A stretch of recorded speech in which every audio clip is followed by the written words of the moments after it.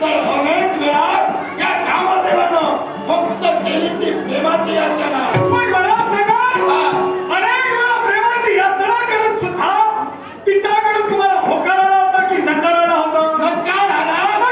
नकार तुम्हाला आला होता तर तुमची जबरदस्ती का म्हणून? याला तुझा कारण आहे. कामदेवानं अर्चना काढून करतात तेव्हा अर्धवट सोडलं नाही. आणि एवढाच कशाला?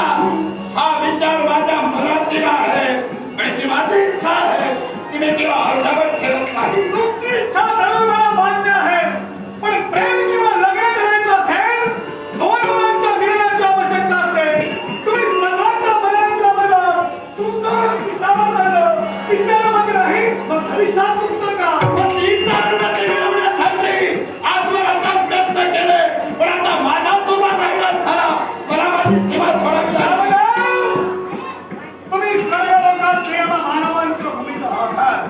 या मूळच्या भूमीवर आम्हा मानवांचा विराज्य आहे आणि इथं आमचं अस्तित्व आहे, आमचे अधिकार चालतात. या आमच्या अधिकारात तुमचा हस्तक्षेप नको.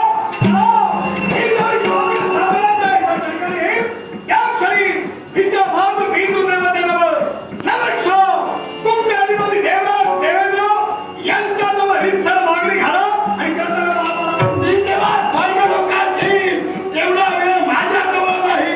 इथून जाईल तो केव्हा तिला ठेवून. देवदेवतांचा खरा दागिना म्हणजे संयम. तुम्ही संयम त्याच्या पुढे कसायला हवा, पण तो संयम तुमच्या ठाई का नाही? आज माझी इच्छा पूर्ण करण्यासाठी सोडीला मी माझा संयम. कारण विचार कर, अरे हा कामदेव फक्त वासना सोडितो पण या कामदेवा किती वासना देतात आहे आणि ही मला हवी आहे. पण कामदेव, तुम्ही आमच्या विरोधी आहात. दुसऱ्या आहात. कामदेवाला आदरणं तुमचं कर्तव्य आहे. पण तुम्ही जरा जाताना वागू लागला, अधर्माला हात दिले आणि तिला वागू लागला, तर सर्वसामान्य मानवाला तुमचा आदर काय घ्यावा का? या क्षणाला धर्म अधर्म तर मी मानणारा नव्हे. कारण फक्त दिसतोय ते माझा कर्तव्य आणि माझा प्रेम. या विश्वासाखाली पुष्पधर्मा म्हणून तुम्हाला ओळखलं जातं.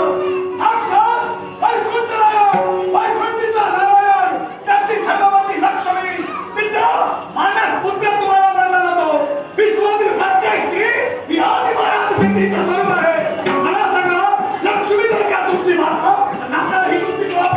हे मला प्रेमाच्या जागी ठेवली. अरे त्या प्रेमाच्या नजरेने पाहिले तो भाग झाला पण तिला आजपर्यंत माझं प्रेम म्हणून काढलं आणि या पुढे पाहताना सुद्धा फक्त प्रेम म्हणून पाहिजे. देव म्हणून आतापर्यंत तुमचा मान सन्मान राखला.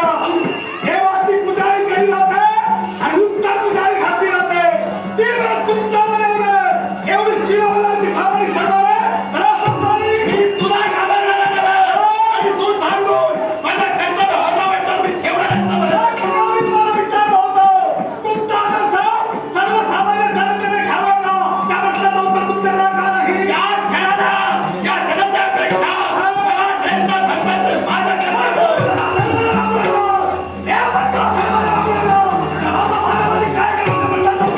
मी देवाच तुला ठरलं. सोडशी धर्माची पायरी धर्माची अधर्म हिला मिळवण्याचं मला सांगा, तुमचे अधिपती कोण?